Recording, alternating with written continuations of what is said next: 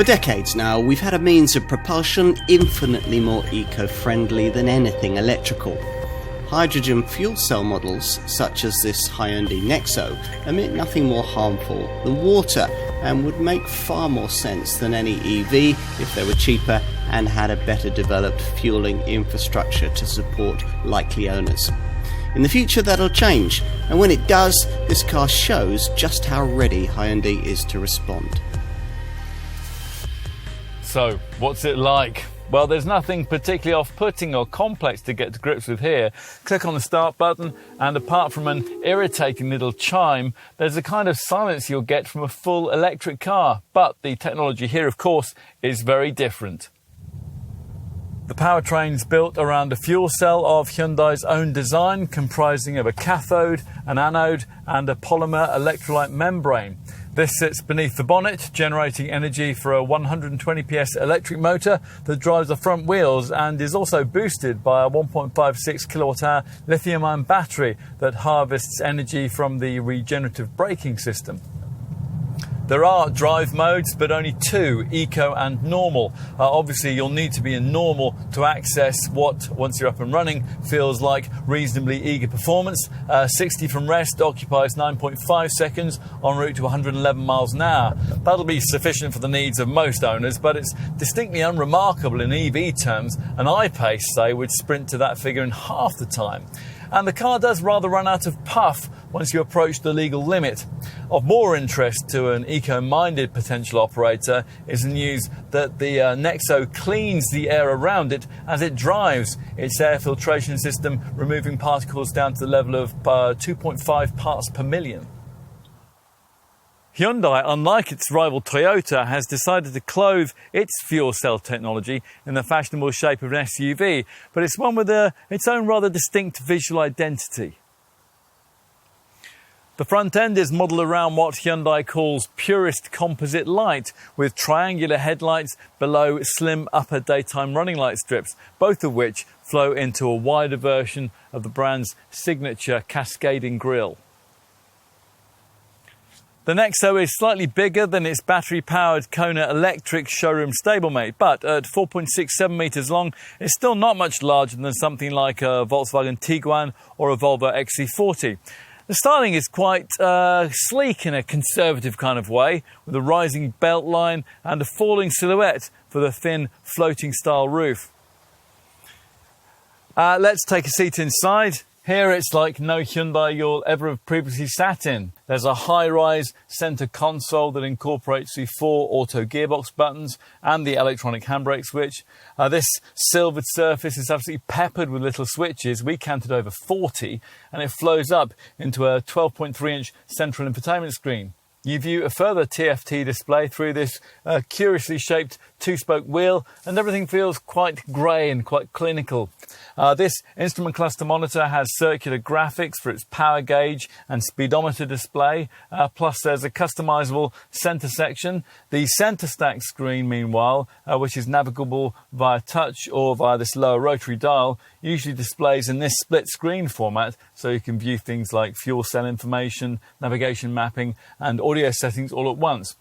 What else? Well, the powered, heated vegan leather seats are very comfortable, and thanks to this two-tier centre console, there's plenty of places to put things. Let's take a seat in the rear.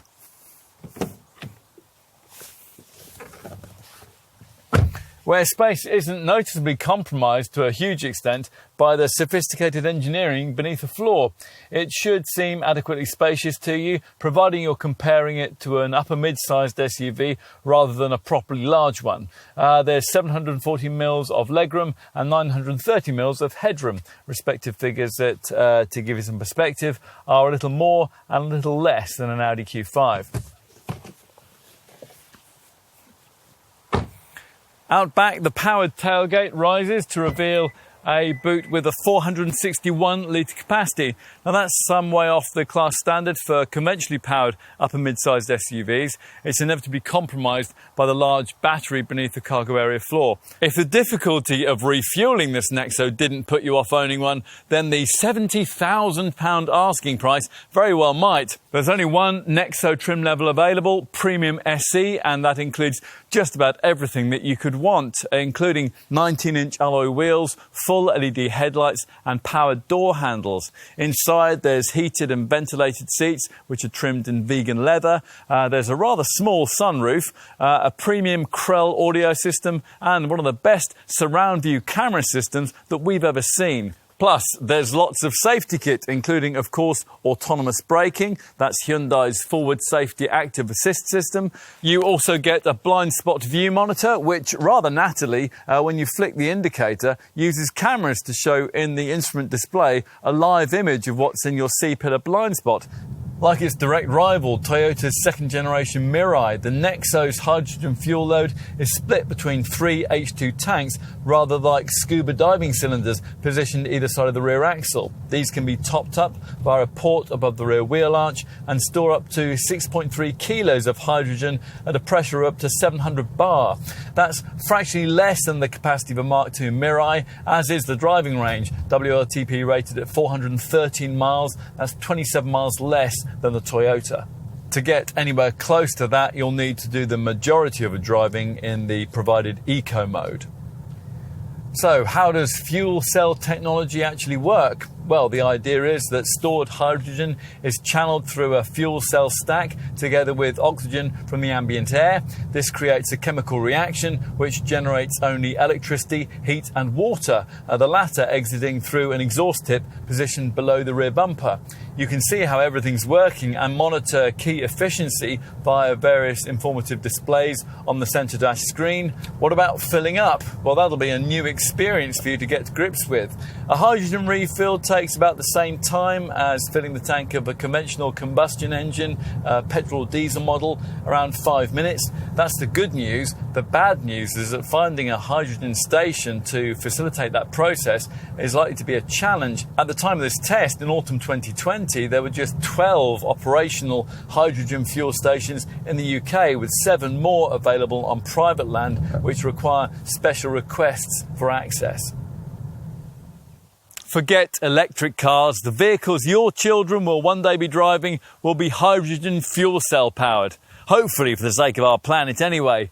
Would that the motor industry had ignored short-sighted governmental pressure and dispensed with its current electrified era, one that in many respects simply moves the automotive polluting point back to smoky power stations. By 2025, things might look a little different, even in the UK. By then, if promises are kept, there'll be more than 4 times as many hydrogen filling stations here. And Hyundai promises that thanks to the development programme it plans with Audi, future fuel cell cars will be around 30% cheaper. Until then, in this country at least, cars like the Nexo will for most of us remain little more than an interesting technological showcase and a damning statement of where the motor industry really ought to be.